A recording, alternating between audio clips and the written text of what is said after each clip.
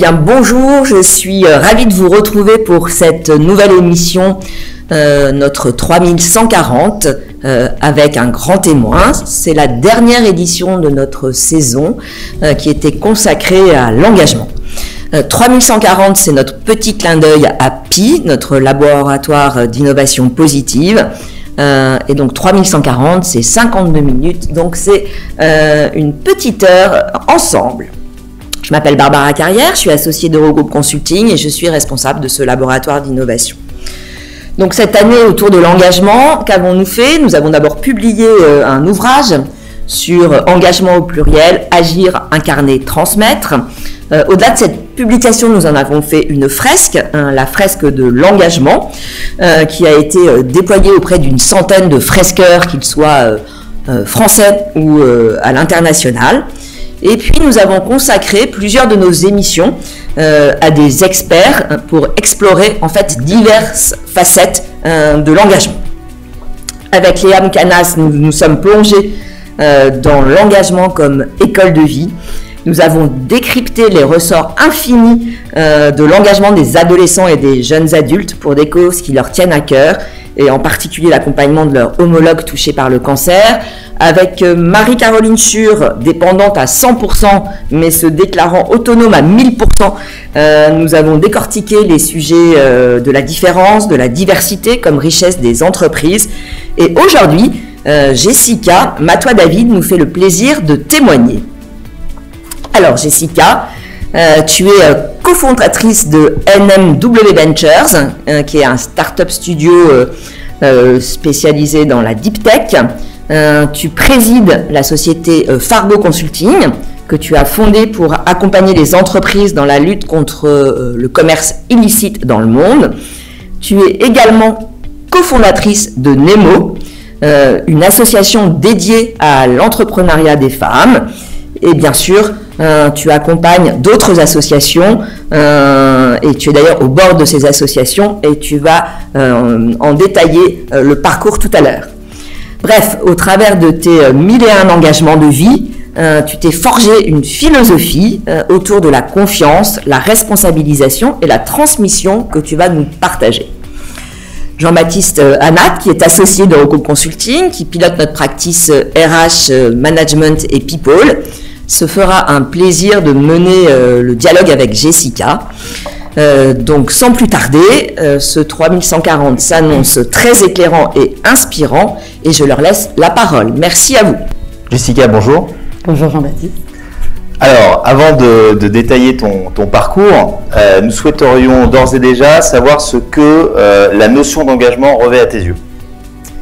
Alors, je commencerai par dire que la notion d'engagement, je trouve qu'il est toujours pas mal de partir de la définition. C'est la définition de l'engagement, c'est l'acte par lequel on s'engage à faire quelque chose. Donc, je partirais déjà du principe que tout le monde, à un moment donné, est amené à s'engager ou s'engage. Là où on commence à parler pour moi d'un engagement avec on va dire un grand E, c'est dans la conviction qu'on va y mettre, qui va, elle, se construire grâce à certaines choses qu'on va y ajouter, notamment cette question de confiance.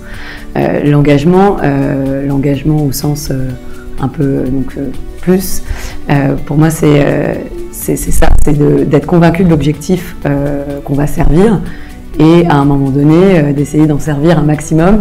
En tout cas, moi c'est ce que j'essaye de faire, et donc on peut être engagé parce qu'une forte conviction dans un objectif poursuivi, ou parce qu'on a de multiples occasions de passer à l'action. Pour moi, l'engagement revêt tout son sens quand on le met en perspective avec l'action. Dans le milieu associatif, moi, dans mes multiples engagements, je considère que ça demande un certain nombre de sacrifices, mais parce que je suis convaincue de la cause que je poursuis. Donc voilà, je dirais que pour moi, l'engagement, il est simple au départ dans sa définition première, et puis il prend une certaine ampleur à partir du moment où on détaille l'action qui va incarner cet engagement et à mesure de la conviction qu'on y met. Donc l'engagement, à t'écouter, c'est de l'action, c'est de la mise en action. Exactement. Et quand tu évoques un peu cette notion de sacrifice, est-ce que tu peux nous détailler un petit peu les choses? Comment est-ce que tu perçois ça?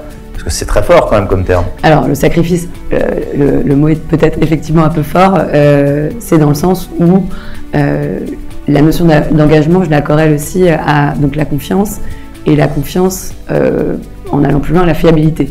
Quand je dis à quelqu'un « je vais faire quelque chose pour toi » ou quand je me mets à disposition d'une entité, d'une association qui fait des choses pour des personnes qui en ont besoin, sur des sujets qui peuvent être plus ou moins compliqués, quand je m'engage, je crée une relation de confiance en fait, avec la personne envers laquelle je m'engage. Et donc ça demande,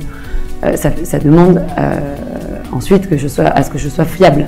Parce qu'à partir du moment où vous commencez à être décevant, vous n'allez pas au bout de votre engagement. Donc il y a l'action, puis il y a la poursuite de cette action jusqu'à l'objectif poursuivi, sans pour autant être tenu d'un certain résultat. Parce que moi je pense aussi que tout le monde peut s'engager, il s'agit de commencer à faire. Et que la plus petite action à un petit niveau même peut être très utile quand on l'assemble à l'action des autres. Donc pour reprendre ce lien, il y a vraiment cette notion d'action, effectivement, de confiance générée et de confiance dans la durée qui va être la fiabilité et donc avec une connotation un peu de responsabilité dans son action. Et alors cette notion de fiabilité ou d'exemplarité finalement que tu t'imposes dans l'engagement, toi, et puis dans ta définition de cette dernière, comment est-ce que tu la vis au quotidien lorsque, en face de toi, tu n'as pas toujours autant de répondants, autant de rétribution, d'un regard qui comprend en fait que tu es énormément engagé? Est-ce que parmi les personnes que tu accompagnes, parfois tu as un peu de déception parce que tu vois des gens qui ne vont pas au bout, qui ne sont pas forcément conscientes de tout ce que tu y mets? Ou est-ce que toujours, en fait, en effet miroir, on te renvoie des choses positives lorsque tu accompagnes des personnes?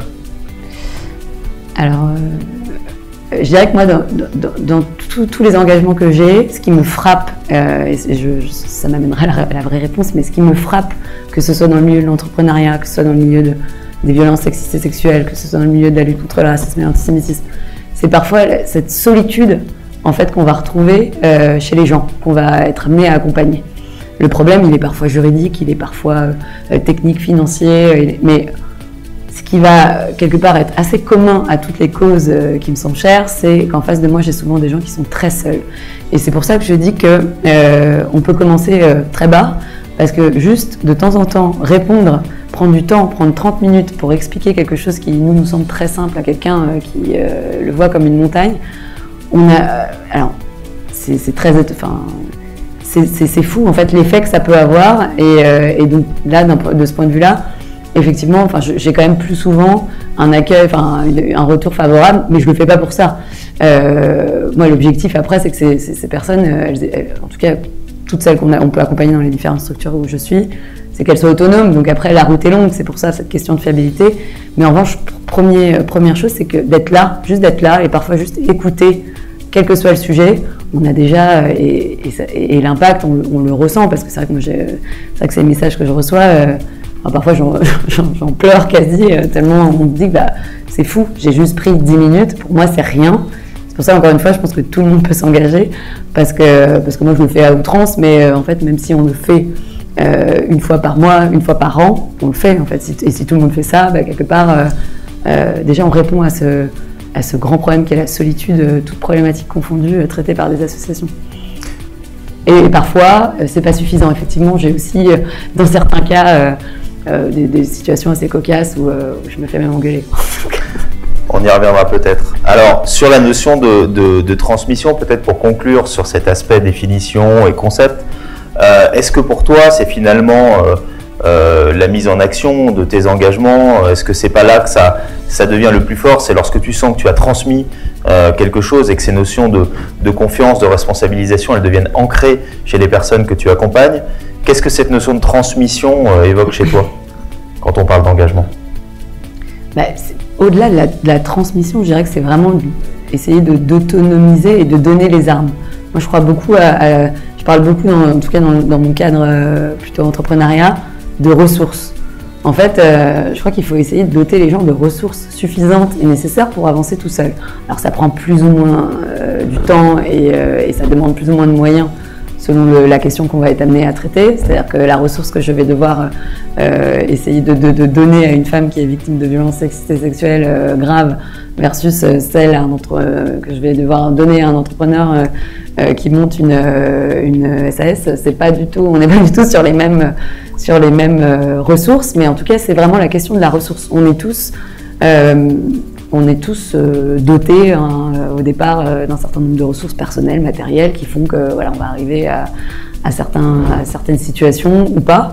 Moi, je m'estime extrêmement chanceuse. Je pense que j'ai pas mal de ressources et je suis assez obsédée par l'idée d'essayer de les transmettre et de les partager, au moins de les partager. Et en fait, on a réussi avec toutes ces personnes quand elles n'ont plus du tout besoin de nous. Donc c'est ça la transmission. Merci pour ces premiers éléments de définition et de concept. On va parler maintenant un peu plus de toi, de ton parcours qui est riche. Et justement, pour toi, comment est-ce que cette définition de la notion d'engagement s'est construite dans ton parcours et comment est-ce qu'elle se traduit dans ton quotidien et dans les types d'accompagnement et d'aide que tu peux fournir autour de toi? Alors pour moi, l'engagement, c'est une rencontre aussi, avant tout. Moi, j'ai longtemps été... je pense que ça m'a toujours habité.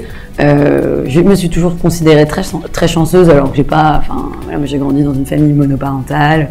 J'ai pas de papa, ce que je considérais finalement une ressource, puisque ça m'a toujours... j'ai été élevée pour être autonome. Donc, quelque part, avec une maman avec beaucoup d'énergie et qui nous en a pas mal transmis, mais en même temps en nous autonomisant, moi et ma petite sœur, très très tôt. Donc j'ai grandi en ayant une grande confiance en moi. Je pense que j'ai des fondations qui sont assez solides et j'ai toujours été vraiment dans ce truc que dès que je peux filer un coup de main, je le fais volontiers parce que j'estime que moi j'ai de la chance, c'est solide.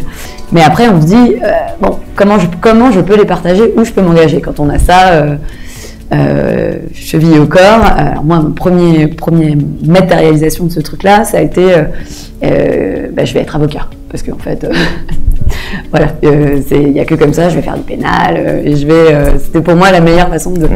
Bon, j'ai raté 3 fois mon barreau, donc la vie, on a décidé autrement. Mais très persévérante, je suis allée 3 fois, 3 claques. Voilà. Donc là, j'ai aussi appris à bien encaisser.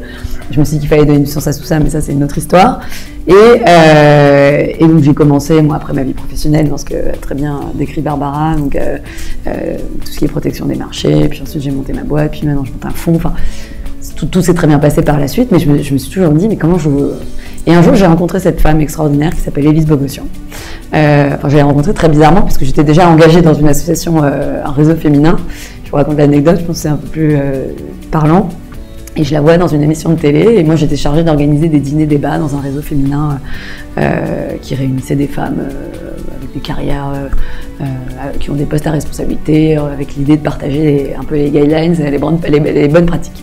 Et on se retrouvait une fois par mois, donc, et moi je vois cette femme dans cette émission et je me dis waouh, incroyable, acupunctrice, qui a décidé d'aller en zone de guerre, transmettre cette culture de l'acupuncture parce que très facile de soigner dans une certaine mesure évidemment, mais transporter les aiguilles et puis en tout cas d'apporter une certaine réponse à certains maux par ce biais-là, qui était peu connu dans ces zones-là. Donc je vous passe tout son parcours, je lis son bouquin, je m'écroule, vraiment là, et je me dis il faut que je la rencontre. Et donc je la rencontre. Et donc elle vient nous faire un dîner, puis on ne s'est plus jamais quitté. Donc ça a été mon premier engagement. C'est la première fois où en fait, quand j'ai lu ce bouquin et que j'ai rencontré cette femme, je me suis dit, en fait, on s'en fout que tu résolves l'intégralité du problème, quoi. Parce qu'en fait, on a tendance à se dire, mais moi, je vais apporter quoi? Et en fait, quand j'ai commencé à m'engager, je bossais donc pour le groupe LVMH à l'époque, et je suis rentrée dans cette logique où ça me dépasse, donc en fait, je vais faire le max. C'est pas la même chose d'aller demander des choses pour soi et d'aller demander des choses pour une cause qui me dépasse. Et donc là, j'ai commencé, mon entourage, je le dirais encore aujourd'hui, je passe ma vie à racketter les gens. Et donc j'ai commencé à me mettre dans son organisation de galas de charité. Et donc je suis allée chez LVMH, taper à toutes les portes pour voir si on pouvait... Chez ton employeur? Oui, chez mon employeur, en lui disant que, regardez où on est. Et j'ai eu la chance, honnêtement, de trouver des oreilles attentives. Et donc ils m'ont suivi. Et là, je me suis dit, mais en fait, j'ai commencé à... Ça, c'est vraiment un de mes mantras dans la vie. Là, le non, tu l'as déjà, tout ce que tu risques, c'est le oui. Donc là, là, j'ai commencé à aller demander à pas mal de gens. Puis, je me suis rendu compte qu'à mon petit niveau, avec peu d'expérience en matière de charity, j'arrivais à porter ma brique et contribuer. Et puis, voilà, ça fait 8 ans que j'accompagne Élise, que l'ONG a grossi, qu'on a des hauts, des bas, hein, c'est une association. Qui va sur des terrains de guerre. Donc voilà, donc nous on est engagés, alors c'est vraiment nous maintenant parce que ça c'est mon engagement historique, donc en Irak, en Syrie, en Arménie, Ukraine, et là on vient d'ouvrir une magnifique mission en Éthiopie. Donc voilà, l'idée c'est vraiment d'apporter des solutions. Elle a notamment créé des cliniques mobiles qui vont dans des zones où personne ne va pour aller soigner les gens en agrégeant un certain nombre de compétences médicales et puis uniquement l'acupuncture. Et donc elle a prodigué un nombre de soins. C'est vraiment tout ce qui est urgence médicale dans des zones de conflit. Donc ça a été mon premier engagement. Je ne sais plus quelle était la question du coup. Mais... c'est normal, on est là pour te perturber, non. Simplement. Mais c'était la rencontre. En tout cas, c'était la rencontre. Ouais. Voilà, là, ça a commencé comme ça, et là, j'ai compris que c'était pas grave si effectivement on ne soignait pas tous les enfants d'Irak, si on ne soignait pas, mais en fait, à partir du moment où on pouvait les compter. Un petit peu et se dire que même si c'était 30, c'est déjà ça. Et puis après, il y a eu ce moment où je suis allée en Irak avec Élise, où là, on prend la mesure vraiment de ce à quoi on contribue et on prend aussi la mesure de ce deux poids deux mesures dans lequel on vit. Donc on devient un peu torturé, où on se dit que ah oui, en fait, c'est à 4 heures de vol d'oiseau de chez nous. Et ce qu'il faut faire en fait pour aller sauver des vies là-bas. Versus ce serait la même chose qui se passerait ici, tout le monde serait en émoi. Ça m'a beaucoup perturbée. Et puis du coup, je me suis dit qu'à chaque fois que j'aurais l'occasion d'apporter ma petite contribution et qu'on me sollicitait pour le faire, je le ferais. Donc tout en ayant quand même en tête cette équation qui est il faut que je le fasse jusqu'au moment où je peux rester fiable. Ça, c'est un peu mon obsession. CF, la définition tout à l'heure. Exactement. Et là, je viens de prendre, je pense, ce qui sera mon dernier engagement pour l'instant, un dernier board dans une asso. Et en fait, ça me tue de le dire, mais je me dis que là, ça commence à devenir beaucoup. Justement, tu peux nous faire un rapide panorama, juste pour qu'on se rende compte quand même de l'épaisseur de ces engagements. Attention, hein, je ne suis pas non plus mais pour autant, c'est quand même intéressant de voir, je trouve, la largeur de gamme. Et le spectre d'accompagnement et d'aide et d'énergie que tu peux y mettre, parce que je pense que c'est un bon exemple. Alors, première chose quand même que je dirais en amont, c'est que j'ai fait en sorte quand même de m'engager dans des choses qui ont toutes plus ou moins un lien, des causes qui ont toutes plus ou moins un lien les unes avec les autres. Parce que comme ça, je peux mutualiser et mon réseau et mes ressources et je suis pas... ça me demande pas non plus donc ce que je fais pour ce que je rencontre ou ce que voilà, ce à quoi j'ai affaire dans un cas peut me servir dans un autre. Donc j'ai aussi organisé ça de manière à ce que ça soit gérable. Mais donc aujourd'hui j'ai l'engagement Eliscare, donc je suis au bord d'Eliscare, mais je suis assez, ça me tient bien à cœur. Donc il y a des grands temps dans l'année où on est très mobilisés. Je suis bénévole à la Maison des Femmes, donc j'ai réactivé, on va dire, avec mon acolyte Emmanuel Bomba, la permanence juridique. Donc nous, on accompagne juridiquement des victimes de violences sexistes et sexuelles, donc qui arrivent par l'hôpital, et avec une particularité qui est d'avoir 80% de parcours migratoire. Donc on a un fort angle accompagnement sur la partie droit des étrangers. Donc on est face là, dans ce cas-là, à des situations qui sont dramatiques d'un point de vue des violences, mais qui sont aussi dramatiques d'un point de vue tout simplement humain, quoi, parce que les violences viennent en général s'ajouter pour 80% d'entre elles à un parcours migratoire très, très compliqué. Et ça, ces femmes, moi, elles me font halluciner, quoi. C'est quand on me demande en général qui sont mes rôles modèles, moi, c'est les femmes que je croise à la Maison des Femmes, parce qu'elles ont une résilience pour voir les parcours, quoi. Et ce qui est hyper frustrant, c'est de se dire, il y a certains moments où on ne sait plus quoi faire, parce qu'on n'a pas les moyens, qu'on compte beaucoup sur les assos pour beaucoup de choses. Et nous, on est là pour cette partie juridique, médicale, parce que Rada Atam, voilà, sainte parmi les saintes qui a créé ce dispositif, a mis une énergie folle pour cet accompagnement, mais qui au bout d'un moment, moi, cette casquette aussi après par ailleurs très engagement professionnel et la suite, émancipation économique, ça manque un peu et c'est vrai qu'on arrive à des moments où on les lâche, puis quand on les rappelle de temps en temps, elles ont recommencé à se prostituer, et donc on se retrouve face à des situations qui nous dépassent encore, où on a envie d'aller plus loin, et puis après il y a la question de où je m'arrête. Parce qu'évidemment, on a un travail, on a une famille, donc moi j'ai appris aussi c'est pas me détacher, ça c'est la maison des femmes.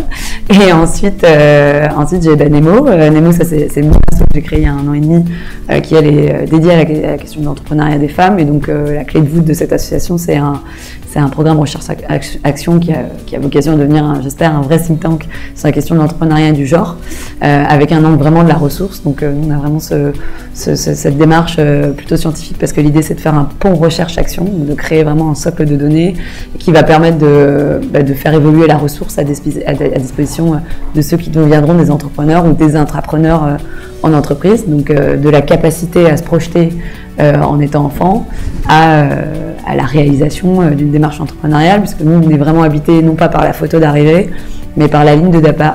C'est-à-dire qu'aujourd'hui tout le monde n'est pas fait pour être dirigeant ou entrepreneur. Il y en a qui n'ont pas envie, ça, à un moment donné, il faut le respecter. En revanche, quand on a envie, il faut que tout le monde ait la même ressource sur la ligne de départ. Et aujourd'hui, au-delà de la question du genre, qui est quand même mon sujet, je pense qu'il y a d'autres facteurs qu'il faut inclure dans l'équation, parce que je crois que c'est vraiment une équation. La question de l'entrepreneuriat, c'est une équation. Le genre en est une inconnue, mais l'origine sociale, la fracture territoriale, enfin tout ce qui peut venir s'ajouter, pour moi, est en amont, bien en amont de la question du genre. Et nous, on espère réfléchir globalement pendant de nombreuses années là sur cette question pour pouvoir justement amener des solutions concrètes et si possible innovantes. Et ça, c'est ton association. Ça, c'est mon association. Ouais. Voilà. Okay. Donc ça, et donc je viens de rejoindre le conseil d'administration de Langage de Femmes. Le Langage de Femmes, c'est une association incroyable qui lutte contre le racisme et l'antisémitisme, et qui a notamment, le gros événement de cette association qui m'a fait la rejoindre, en plus de sa superbe présidente, c'est le fait que c'est ce voyage qu'ils organisent tous les ans à Auschwitz avec des femmes. Alors, Langage de Femmes, l'objet de l'association, c'est vraiment de se dire que beaucoup de choses se passent par la transmission des mères à leurs enfants, et que du coup c'est un des moyens d'action assez puissants quand on veut véhiculer, en tout cas essayer d'acculturer sur certaines questions. Aujourd'hui, on se rend compte au sein de Langage de Femmes qu'il y a quand même, et puis beaucoup de gens le savent, mais moi ça m'a quand même surprise en le voyant sur le terrain. Beaucoup de gens sont pas n'ont jamais entendu quasi parler de la Shoah. Et ça, on n'a pas toujours envie, on se dit que c'est pas possible, mais en fait, quand on a arrêté l'école ou quand on vient dans certains pays ou autres, c'est pas au programme. Donc en fait, on se rend pas compte.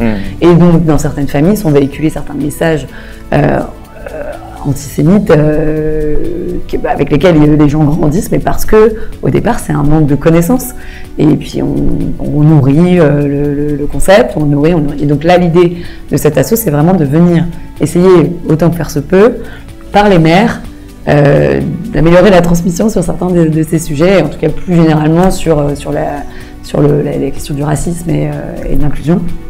Et donc c'est une asso qui réunit des femmes de tous horizons, donc des musulmanes, des juifs, des catholiques, et qui œuvrent ensemble à construire des discours positifs et à créer du lien, s'unir dans la diversité, c'est vraiment un peu le mantra. Et donc ce voyage à Auschwitz est l'occasion d'emmener des personnes, enfin des jeunes femmes plutôt défavorisées, qui n'ont pas eu l'occasion forcément d'être vraiment instruites sur le sujet de la Shoah, et qui viennent découvrir. Et, moi je l'ai fait au mois de décembre dernier, et là je me suis dit, bon, je ne peux pas ne pas rejoindre cette association et l'aider. Alors moi, mon prisme, c'est toujours l'aider à avoir des moyens, développer l'impact, mettre à disposition toute ma ressource pour développer l'action de cette association. Et ça, cette rencontre avec ces jeunes femmes qui sont souvent très, très jeunes, et qui connaissent pas beaucoup le sujet, et qui ont beaucoup d'a priori, et puis qui quand elles arrivent sur le camp, on voit les réactions, enfin c'est dingue. Enfin, humainement, il y a peu de choses que j'ai vues de plus fort que ça. Bah, justement, est-ce que on pourrait parler maintenant de quelques expériences qui t'ont, alors que ce soit d'ailleurs des témoignages, des gens que tu as rencontrés, des personnes que tu as accompagnées ou des moments clés sur lesquels voilà, tu souhaiterais peut-être t'arrêter et qui pourraient inspirer ceux qui nous écoutent, ceux qui nous regardent peut-être. Il y a un cas, alors il y en a un particulièrement, parce que finalement je les ai un peu brossés comme ça avant, mais il y en a un qui est assez actuel en plus. Je pourrais donner beaucoup de détails parce qu'en plus c'est judiciarisé, donc voilà. Mais dans le cadre d'une patiente, enfin, dans le cadre de la Maison des Femmes, il y a une patiente que je suis actuellement qui a été victime de violences sexuelles de la part d'un médecin, qui est un médecin qui est un psychiatre, qui l'a complètement, et elle qui est dans qui a un profil très victimaire et qui en gros, qui a une relation d'emprise dingue. Donc j'ai rencontré cette femme il y a quelques mois. J'ai fait ce que j'ai pu, un premier entretien, j'ai compris, donc on se rend compte qu'il faut décortiquer. Cette femme, elle vient vous voir et elle pense que c'est de sa faute en fait. Et ça, on le vit, moi ça fait 3 ans et demi que je fais ça, donc voilà, mais là, très difficile à enlever ce sentiment que c'est potentiellement de sa faute, donc c'est beaucoup de travail, beaucoup d'écoute. C'est un des cas où vraiment je pense que j'ai complètement dépassé mon rôle de bénévole dans cette association, où j'ai commencé à l'appeler toutes les semaines pour être sûre que voilà, elle tenait le coup, puis ensuite l'appeler encore toutes les semaines pour être sûre qu'elle vienne déposer plainte. Elle a annulé 4 fois sa plainte parce qu'elle se sentait pas prête. Donc on a tout mis en œuvre, évidemment aussi avec les formidables personnes de la Maison des Femmes qui sont ces médecins pour créer un climat de confiance. Donc ça demande quand même déjà un travail coordonné, collaboratif, en bonne intelligence. Et cette femme, elle a fini par déposer plainte. Moi, je me suis retrouvée avec elle en face de l'OPJ, donc l'officier de police judiciaire à la plainte, première déposition, puis ensuite deuxième déposition. Là, j'ai quand même une femme qui est brisée, je la fais très vite parce que sinon ça peut durer 5 heures, et qui se retrouve devant un OPJ qui est quand même capable de lui demander si elle prend du plaisir au moment où elle se fait violer par son médecin. La suite n'est pas une évidence, voilà, la plainte est prise, mais c'est sans cesse remettre en cause sa parole, son témoignage, est-ce que c'est sûr? Alors c'est normal, on est dans un état de droit, il faut des éléments matériels quand on parle de ces sujets-là, mais on prend la mesure vraiment de la nécessité d'un accompagnement. Enfin, on parle beaucoup de ces questions. Moi, ce cas, il me frappe beaucoup parce que j'en ai accompagné pas mal des femmes depuis que je suis engagée avec la Maison des Femmes, mais là, j'ai vraiment un vertige des moyens qu'il faut mettre autour d'une femme pour que éventuellement on ait un début de justice. Et en fait, on les a pas les moyens. Donc moi, mon obsession, c'est de me dire bon, avec cette personne en l'occurrence, on essaye de le faire, on va le faire jusqu'au bout. Mais pour toutes les autres, comment ça se passe pour un sujet qui est tant sur la place publique et pour lequel il y a tant d'activisme et autres, mais elle est où la ressource et ils sont les moyens? Tout commence cet engagement-là. On peut pas, la fiabilité doit aller avec, quoi. Donc c'est assez lourd. On n'est pas forcément préparé pour ça, donc on rentre dans le schéma progressivement, puis après on se dit quand même c'est lourd. Et je me dis que oui, voilà, ce cas-là, il a nécessité un tel travail pour un résultat qui n'est pas encore certain, qui est au stade où on est peut-être un peu plus, on est un peu plus optimiste qu'on l'aurait été si elle y avait été seule, parce que je pense qu'elle aurait fait demi-tour, mais c'est pas encore gagné. Et des cas comme ça, en fait, il y en a plein. Donc voilà, c'est un cas qui m'occupe beaucoup en ce moment, donc c'est pour ça que j'en ai parlé, et qui a nécessité vraiment beaucoup de travail et qui va en nécessiter encore et je sais pas en fait comment on répond. C'est vertigineux en fait, je sais pas comment on répond à la demande, quoi. C'est ça qui est assez... Comment tu fais parce qu'on parle d'engagement, mais on a tous des engagements, tu l'as dit, dans nos vies parfois personnelles aussi, une famille parfois. Comment est-ce qu'on arrive à conjuguer ça, c'est-à-dire un engagement pour les autres, et quid de l'engagement pour les siens finalement, quand on voit le temps et l'énergie que ça peut prendre. La question piège. C'est un peu difficile à... Moi, je fais quelque chose qui est un peu ma signature, c'est-à-dire que j'essaye de faire participer mes enfants au maximum. Donc, moi, j'ai 2 enfants, une grande de 9 ans, une fille de 9 ans et un petit garçon de 5 ans qui est encore un peu épargné, mais typiquement, ma fille Charlie, je l'emmène avec moi. Alors, quand c'est acceptable, je l'emmène souvent à la maison des femmes avec moi, donc elle est à l'accueil, elle rentre absolument pas dans la salle quand je suis avec une patiente, mais elle est à l'accueil, elle sait ce que je fais, elle sait à peu près avec les mots qui sont ceux que je peux employer avec elle, ce qu'on fait pour ces femmes, ce qu'elles vivent. Elle sait une chose, et ça c'est mon obsession évidemment, c'est que tout le monde n'a pas la même chance et la chance on la partage. En revanche, c'est très compliqué, on peut pas me demander de faire un choix. C'est du sacrifice. C'est là qu'en fait, je parle de quand on s'engage pour moi vraiment. Enfin, après moi, je dis pas que c'est tout le monde doit s'engager comme ça. Encore une fois, enfin, je veux pas. Moi, en tout cas, je sais pas pourquoi, mais c'est comme ça que je le fais. Ça me coûte. Enfin voilà, c'est pas gratos quoi. Enfin, je sais que parfois, je pourrais être avec mes enfants le samedi matin. Et non, je suis pas là, et peut-être parfois Charlie est pas avec moi, et en fait, je suis juste pas là, et je suis en train d'aider d'autres gens. Mais la limite, c'est au bout d'un moment, on se forge ce que j'appelle, ce qui m'est cher aussi, c'est cette capacité de discernement. C'est de dissocier un peu ce qui est urgent et important, et ce qui est juste urgent ou ce qui est juste important. Donc moi, je fais un peu, ça c'est un peu ce que j'ai appris de mes années à côtoyer les militaires. Donc c'est vraiment un peu ma grille d'analyse avec le temps. J'ai mis du temps, parce que sinon on ne vit plus. Moi, je me suis retrouvée dans une situation où je me suis engagée très personnellement sur certains cas, parce que je pouvais pas aller mon dîner le soir en me disant que ma patiente elle avait pas où dormir ce soir, et que moi j'allais je coupe. Ça, je suis incapable de faire, et encore aujourd'hui j'ai amené donc une patiente, je me rappelle, qui venait, je me rappelle plus, d'un pays d'Afrique. Enfin bon bref, elle était hébergée au 115. Elle n'avait vu que le 115 à Bobigny. C'était ça son arrivée en France, alors qu'elle le voyait comme un Eldorado où elle allait être sauvée après avoir vécu sur le trajet.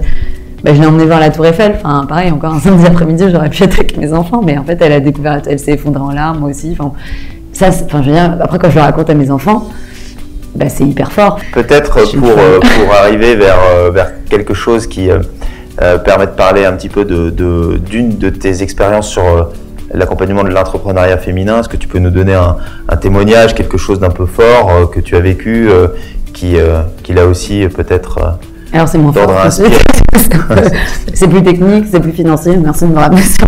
Non, nous on est sur, alors j'ai pas d'exemple, c'est plutôt la philosophie globale sur laquelle on s'engage. C'est vraiment cette idée de, il y a quelque chose qu'on a fait récemment qui est évidemment, le parcours dans son intégralité m'intéresse. C'est-à-dire que moi, encore une fois, je ne crois pas qu'on va arriver sur ces questions de gender equality qui nous habitent, nous, vraiment au premier plan. On n'arrivera pas à quelque chose de satisfaisant sur la photo de départ, d'arrivée, si on n'a pas travaillé la ligne de départ. C'est-à-dire que moi, je lance un fonds d'investissement en deep tech, donc la science est un gros de mes sujets.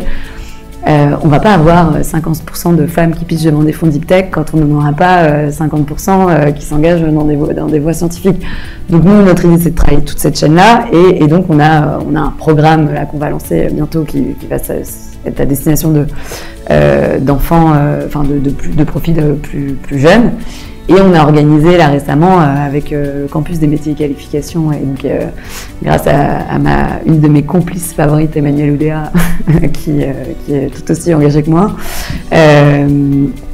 un événement qui s'appelait « Quand je serai grande, je serai ingénieure » et qui a réuni des collégiennes qui venaient d'un collège de Grigny, donc une ville extrêmement défavorisée, sont évidemment des enfants et des jeunes femmes qui vont pas entendre parler du métier d'ingénieur dans leur famille. Et là, ça c'était fou, c'était franchement, c'était exceptionnel comme journée. On leur a construit une journée où elles ont pu manipuler, je vous la fais très rapidement, sinon on va rester là 4 heures encore. On leur a fait une journée où elles ont pu manipuler de la robotique, tester de la réalité augmentée, virtuelle. Elles ont démystifié la tech en première partie de la journée. Ensuite, elles ont rencontré des rôles modèles, mais alors des rôles modèles qui n'étaient pas des parcours intouchables qui sortent d'HEC. Enfin, je veux dire, moi, le rôle modèle, c'est bien. Moi, je pense qu'il faut peut-être plus parler de parcours modèle et bien dire de là où on partait pour arriver où. Parce que sinon, ça peut être un petit peu frustrant pour certaines. Ma jeune fille de Grigny, je pense qu'elle ne comprend pas forcément certains parcours et elle, surtout, ça peut lui couper quand même l'herbe sous le pied parce que je ne pourrais pas faire ça. Moi, mes problématiques, là, aujourd'hui, elles sont pas là. On parle d'enfants qui étaient en train de mettre dans leur sac le déjeuner du midi pour le soir. Donc, voilà. Et ensuite, elles ont eu toute une formation qui a été, enfin, une petite conf déconstruction des préjugés sur le parcours académique. Parce qu'en fait, aujourd'hui, ce qu'on sait très peu, c'est qu'on peut devenir ingénieur en passant par un CAP. Et ça, donc Sophie Hull, pour la citer, qui dirige le campus des métiers et qualifications d'Île-de-France, leur a fait tout un schéma en leur expliquant qu'en fait, il y a des parcours professionnalisants, via lesquels, en plus, on peut commencer à gagner des sous un peu tôt dans son parcours. En passant par là, on peut finir par être ingénieur et donc là, on commence à s'autoriser à penser que c'est possible. Et là, on a vraiment vu elles sont arrivées, on s'est dit, ça va pas être simple parce que, elles n'ont pas le choix, c'est une sortie, c'est vu comme une sortie scolaire et il faut venir. Et en fait, cette journée a été dingue parce que vraiment, le parcours a fait qui a été terminé par un mini hackathon qu'on a organisé avec elles, avec des questions qui sont, qu'est-ce que ça veut dire réussir sa vie? Et elles sont reparties et je pense qu'il y en a quelques-unes vraiment qui l'ont envisagé. Après, encore une fois, la grande frustration est que moi, je voudrais les suivre, quoi. Et je voudrais vraiment leur donner la ressource et jusqu'au bout pour se dire on lâche pas et c'est possible. Mais voilà, ce genre d'événement, moi, me galvanise, quoi. Et me frustre en même temps, parce qu'il faut vraiment le parcours de A à Z. Le jour où on arrivera à faire ça. En tout cas, ce qu'on voit avec les deux exemples que tu nous as donnés, c'est qu'on est bien dans le cœur de cette thématique, la confiance, la responsabilisation, la transmission. Je pense que tu les as décrits avec deux cas très différents, deux exemples très différents, mais qui sont, à mon avis, très intéressants pour les personnes qui nous écoutent. Et est-ce qu'en mot de conclusion, justement, tu souhaiterais nous donner un petit peu de perspective, dire quelques mots sur les quelques points qui te semblent importants à retenir autour de cette notion d'engagement? Oui, je dirais en résumé, faut commencer à faire. Quand on sent qu'on a envie, c'est même pas de s'engager en fait, c'est d'essayer de partager un peu ce qu'on a et de donner du temps. Je pense que finalement le temps c'est ce qu'on a de plus précieux dans la vie. C'est pas toujours l'argent ou juste quand je vous disais en début de séance. La solitude des gens, moi qui me frappe à chaque fois, peu importe le sujet qu'on traite, déjà commencer à peut-être donner du temps, écouter, trouver un moment où on peut s'intéresser à une personne en particulier et puis essayer de lui apporter juste ça, s'intéresser à, c'est déjà un début, puis après commencer à faire. Puis après, on se fait enrôler très très vite et se dire qu'il n'y a pas de petits engagements. Donc il faut commencer quelque part et il n'y a pas d'obligation de résultat. En fait, ça c'est certain. Si on y va, c'est vraiment ce deuil de l'engagement narcissique dont je parle. C'est ce truc de dire je fais pour qu'on me... Non, en fait, il y aura forcément un impact parce que ce que vous allez faire, peut-être petit comme ça, mis à côté, donc toujours le colibri, avec collé à ce que vont faire d'autres gens, on va peut-être commencer à éteindre un peu le feu. Mais si personne commence en se disant moi, qu'est-ce que je vais pouvoir faire sur ce sujet-là, forcément, c'est mathématique, il ne se passera rien, quoi. Donc, commencer à s'engager, essayer d'être fiable. Donc, je crois que cette question de la limite, c'est une vraie question qui me touche particulièrement parce que c'est un de mes gros sujets à moi, personnellement. Il faut s'arrêter quand on sent qu'on ne va plus être fiable. Je crois que ça, c'est vraiment... Et puis voilà, c'est que du bonheur de s'engager. Jessica Matois-David, pour tout ça, merci beaucoup. Merci à vous.